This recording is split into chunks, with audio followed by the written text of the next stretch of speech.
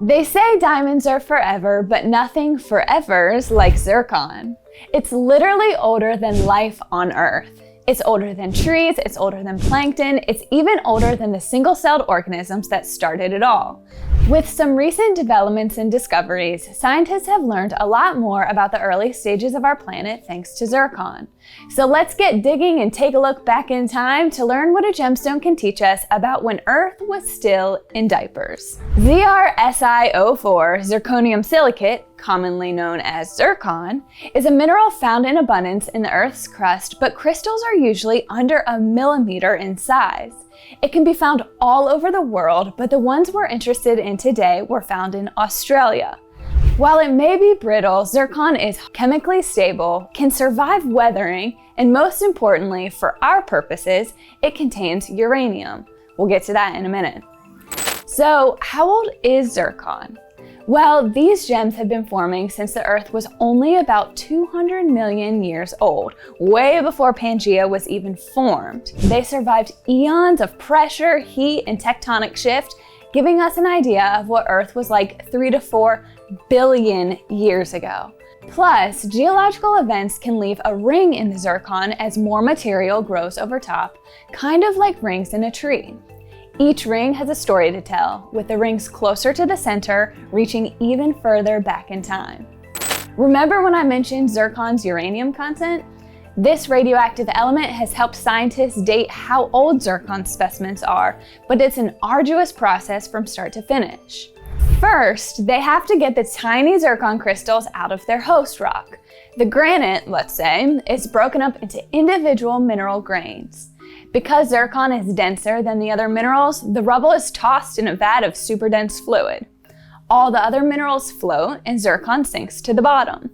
Scientists then take one of these zircon crystals and slice pieces only about a micrometer thick, about the width of a human hair. This allows a clear view of any growth rings and any other clues as to the changing geological conditions the crystal faced during its formation. Then the scientists can begin to study the uranium within. By studying these uranium isotopes, which have a half-life of about 4.5 billion years, scientists can date them within a range that was impossible to achieve through carbon-14 dating, which can only reach back a little under 6,000 years, given carbon's much shorter half-life. Great for dating a piece of ancient ceramic, not great for tracking geological events.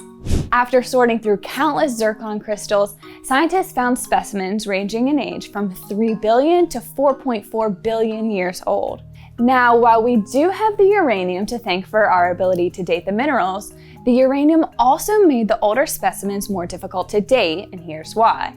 The decay of uranium releases alpha particles, which can damage the crystals, allowing foreign elements to seep in over time, throwing off the scientists' readings. Uranium and lead, which is what uranium becomes when it's finally done decaying and stabilizes, can also move around in the zircon and even escape the crystal entirely.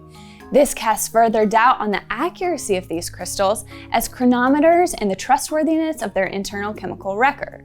However, the team hopes to prove the reliability of the zircon by individually counting the lead atoms in their oldest specimen and showing that the lead hasn't gone anywhere.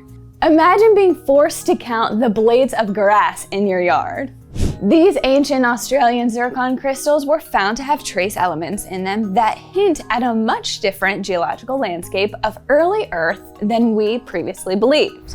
The findings suggest that the zircon formed in water-rich, granite-like rocks like granditerite or tonalite, implying that the Earth may have cooled down enough to allow surface water way more quickly than we thought.